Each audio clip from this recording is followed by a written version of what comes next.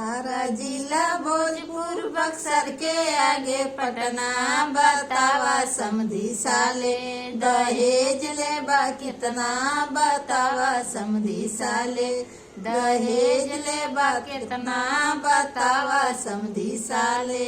आरा जिला भोजपुर बक्सर के आगे पटना बतावा समधी साले दहेज ले बा कितना बतावा समधी साले दहेज ले बा कितना बतावा समधी साले। सिकड़ी लेबा अंगूठी लेबा रुपया पैसा दहेज में तू दे दा समधी हमके हीरो होंडा दहेज में तू दे दा समधी हमके हीरो होंडा दहेज में तू दे दा समधी। सिकड़ी देबा अंगूठी देबा हीरो होंडा चलावे नहीं आई त मारब चार डंडा चलावे नहीं आई त मारब चार डंडा चलावे नहीं आई त मारब चार डंडा चलावे नहीं आई।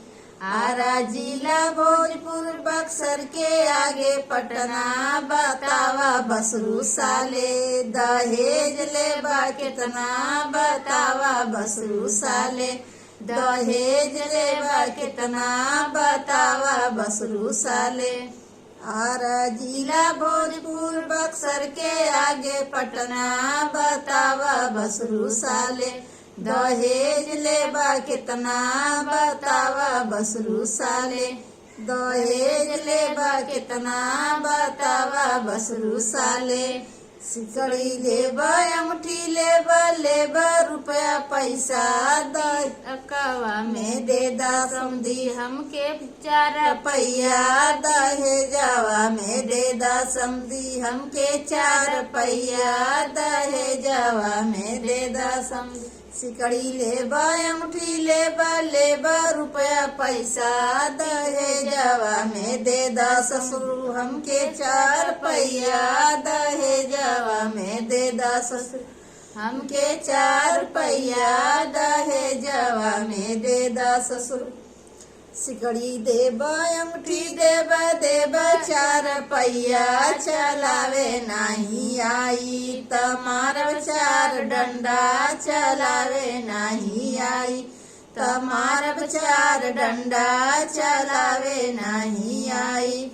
सिकड़ी देबा अंगूठी देबा 4 रुपया चलावे नहीं आई त मारब 4 डंडा चलावे नहीं आई त मारब 4 डंडा चलावे नहीं आई।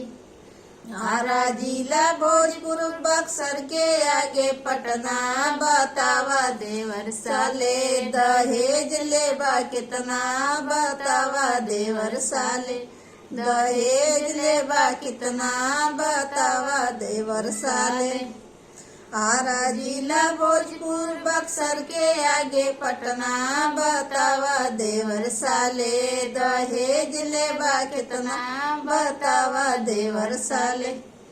सिकड़ी लेबा अंगूठी लेबा रुपया पैसा दहेज में तू दे दा ससुर हमके हीरो होंडा दहेज में तू दे दा ससुर हमके हीरो होंडा दहेज में तू दे दा ससुर। सिकड़ी देबा अंगूठी देबा हीरो होंडा चलावे नहीं आई त मारब 4 डंडा चलावे नहीं आई त मारब 4 डंडा चलावे नहीं आई त मारब 4 डंडा चलावे नहीं आई।